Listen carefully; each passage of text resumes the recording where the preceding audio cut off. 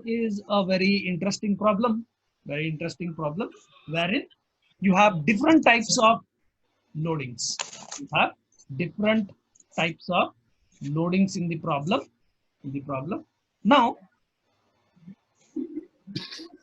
you can see that you have a beam which is subjected to different types of loadings, and the beam is simply supported at A and B. It is simply supported at A and B. Now, let us study first the nature of forces. Now, in this diagram, we have one point load of 5 kilonewton.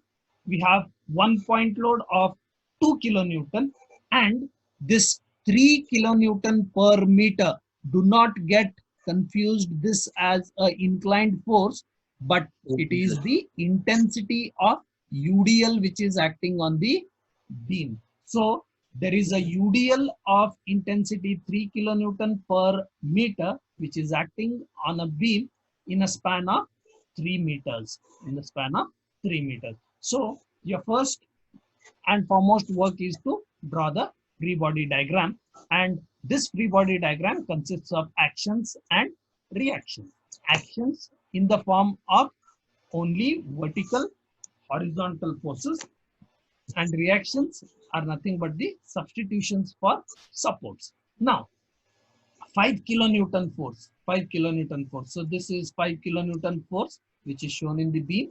Next is 2 kilonewton force which is shown as it is 2 kilonewton. Now, this UDL is to be converted into a vertical point load. It is to be converted to a vertical point load. Now, we all have studied in the previous class so as to how to convert it to a point load and how to locate it on the beam. So since it is a UDL, we know that conversion of UDL to point load is nothing but it is area of rectangle. That is 3 into 3, which is 9 kilonewton.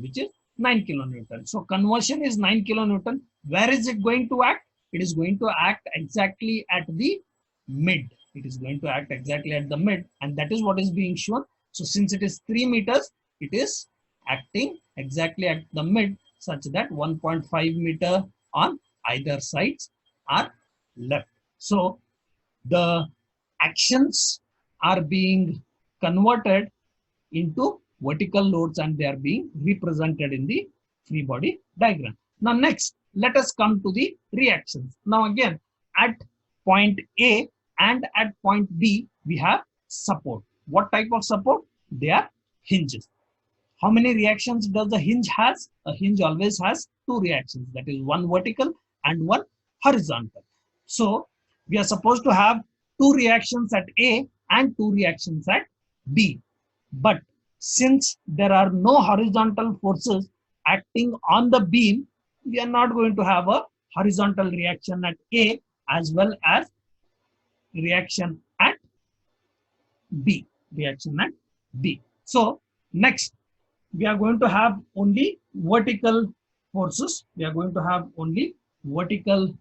Or vertical reactions at A and B. Now again, as I told you, you are going to assume the direction of the reactions. So let us take RA and RB both acting upwards. Now we have actually 3 equations of equilibrium which we can apply. But since there are no horizontal forces, we are going to have only 2 equations of equilibrium which we are going to make use of. Now, the first equation of equilibrium, that is sigma Fy,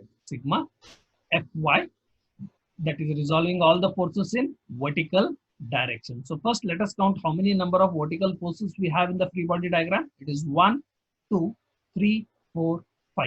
So total 5 forces. I should have 5 components in sigma Fy. And we know the sign convention for this equation, that is all the forces acting upwards will be positive and all the forces which will be acting downwards will be negative. So the first vertical force, that is Ra, which is acting upwards, so positive. Next is RB, which is again acting upwards, positive. You have 5 kilonewton, which is acting downwards, so negative. 9 kilonewton, which is acting downwards, which is negative.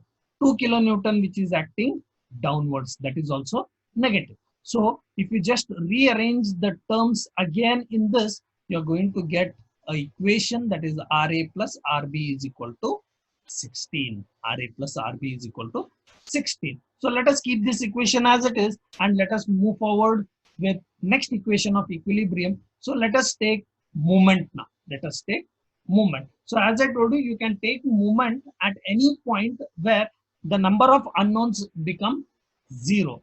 So let us take moment at point B now. Let us take moment at point B. Now, once you start with movement, the first question you should ask yourself is total how many forces are there in the problem and how many forces passes through the movement center.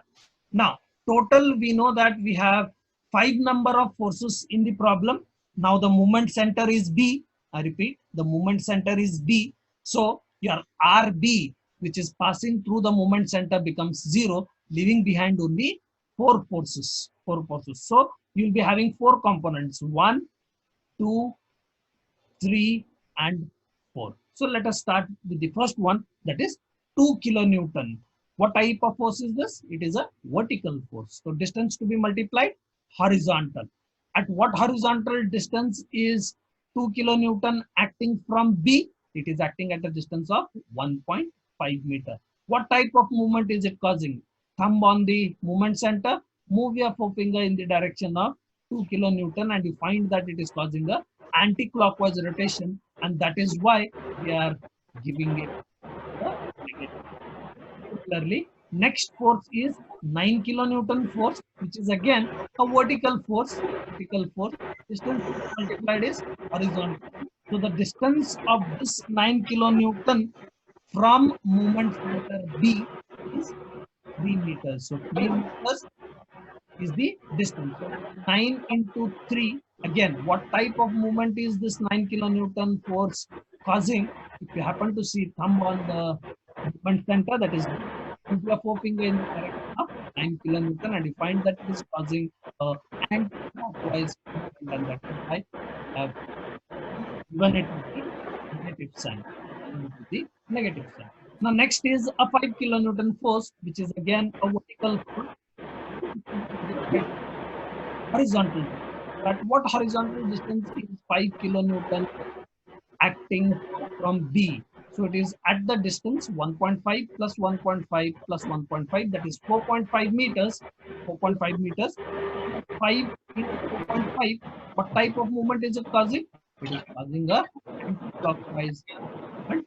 Thereby, we are giving it with the negative sign, that is minus.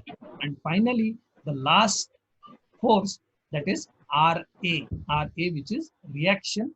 Again, it is a vertical reaction or it is a vertical force, and the distance multiplied is horizontal distance, and the horizontal distance of this RA from movement center B is 6 meters. 6 meters. So if you add up all these, you will get it as 6 meters. And if you happen to see what type of movement is this RA causing, so you can see that it is causing a clockwise rotation, whereby we give it with the positive. Let's concentrate on this equation. Find that there is only one unknown, that is RA. It is RA. So if you rearrange the terms and solve for RA, you will get RA as 8.75 kilonewton. 8.75 kilonewton. Now, we also have another equation here, that is RA plus RB is equal to 16. This equation, by the value of RA, I'm going to easily calculate what will be the reaction at B. Now, again, if you happen to notice the answers of these reactions, that is A and B, you have got it with the is line means that whatever direction you have assumed is exactly right. It is exactly right.